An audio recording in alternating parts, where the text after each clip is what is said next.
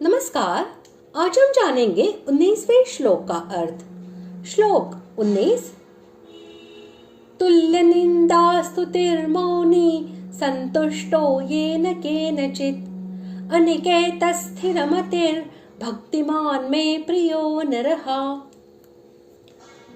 श्लोक का अर्थ, जो निंदा स्तुति को समान समझने वाला, मननशील और जिस किसी प्रकार से भी शरीर का निर्वाह होने में सदा ही संतुष्ट है और रहने के स्थान में ममता और आसक्ति से रहित है, वह स्थिर बुद्धि भक्तिमान पुरुष मुझको प्रिय है।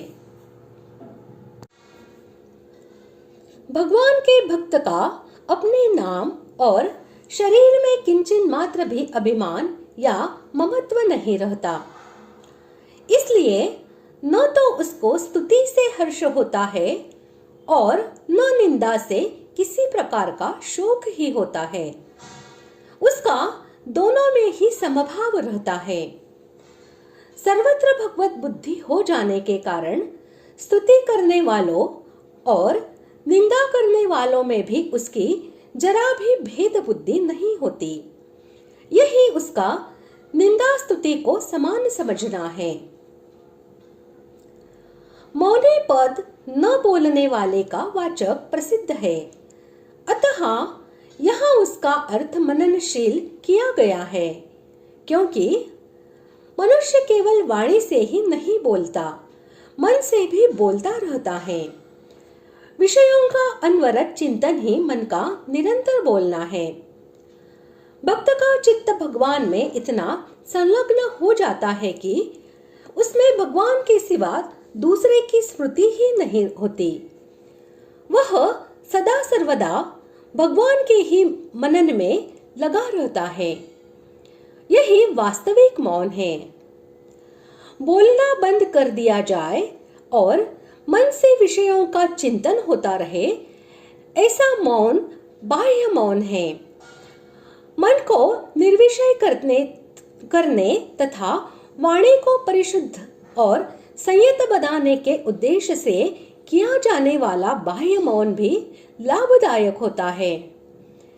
परंतु यहाँ भगवान के प्रिय भक्त के लक्षणों का वर्णन है।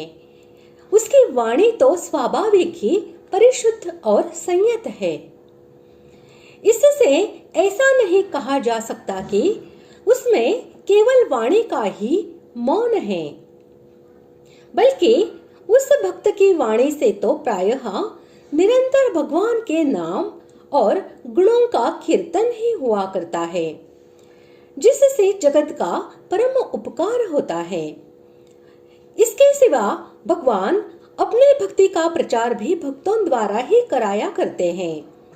अतः वाणी से मौन रहने वाला भगवान का प्रिय भक्त होता है और बोलने वाला नहीं होता, ऐसी कल्पना नहीं की जा सकती।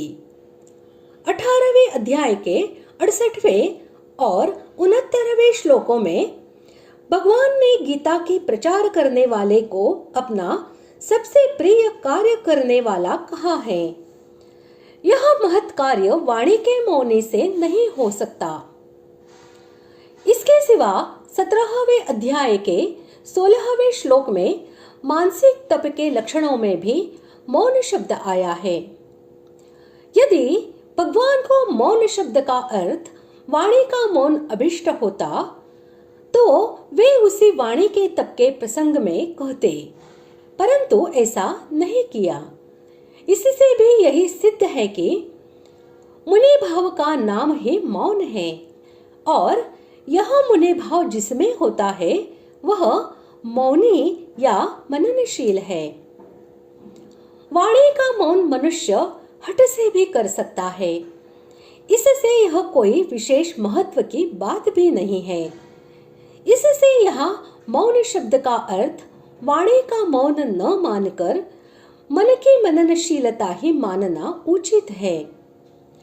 वाणी का संयम तो इसके अंतर्गत आप ही आ जाता है। जो भक्त अनन्य भाव से भगवान के चिंतन में लगा रहता है, दूसरे किसी भाव का जिसके चित्त में स्फुरण ही नहीं होता, उसके द्वारा शरीर निर्वाह के लिए किसी चेष्टा का न होना और उसके लौकिक योगक्षेम का भी भगवान के द्वारा ही वहन किया जाना सर्वथा सिद्ध और सुसंगत ही है। परंतु यहाँ येन केनचित् संतुष्टः से निष्काम भाव से वर्णाश्रमानुकूल शरीर निर्वाह के उपयुक्त न्याय संगत चेष्टा करने का निषेध नहीं है। ऐसी चेष्टा करने पर प्रारब्ध के अनुसार जो कुछ भी प्राप्त हो जाता है, भक्त उसी में संतुष्ट रहता है। येन केनचित् संतुष्टः का यही भाव है। वस्तुतः भगवान के भक्त का सांसारिक वस्तुओं के प्राप्त होने और नष्ट हो जाने से कोई संबंध नहीं रहता। वह तो अपने परम इष्ट भगवान को पाकर सदा ही संतुष्ट रहता है। अतः यहाँ येन केनचित् संतुष्ट कहा यही अभिप्राय मालूम होता है कि बाहरी वस्तुओं के आने जाने से उसकी तुष्टि में किसी प्रकार का अंतर नहीं पड़ता। प्रारब्धानुसार सुख दुखादि के हेतुभूत जो कुछ भी पदार्थ उसे प्राप्त होते हैं, वह उन्हीं में संतुष्ट रहता है। अनिकेतः पद का अर्थ यह है कि जिसके अपना घर न हो उसको अनिकेत कहते हैं। भगवान के जो सन्यासी ज्ञानी भक्त गृहस्थ आश्रम को छोड़कर पूर्ण रूप से मकान आदि का त्याग कर चुके हैं, जिनको किसी भी स्थान विशेष में आसक्ति, ममता अथवा किसी प्रकार का स्वत्व नहीं है, वे तो अनिकेत ही है। उनके सिवा जो अपना सर्वस्व भगवान के अर्पण करके सर्वथा अकिंचन बन चुके हैं, जिनके घर द्वार, शरीर, विद्या, बुद्धि आदि सभी कुछ भगवान के हो चुके हैं, फिर वे चाहे ब्रह्मचारी हो या गृहस्थ अथवा वानप्रस्थ हो, वे भी अनिकेत ही है। जैसे शरीर में अहंता, ममता और आसक्ति न होने पर शरीर रहते हुए भी ज्ञानी को विदेह कहा जाता है, वैसे ही जिसके घर में ममता और आसक्ति नहीं है, वह घर में रहते हुए भी बिना घर वाला अनिकेत ही है।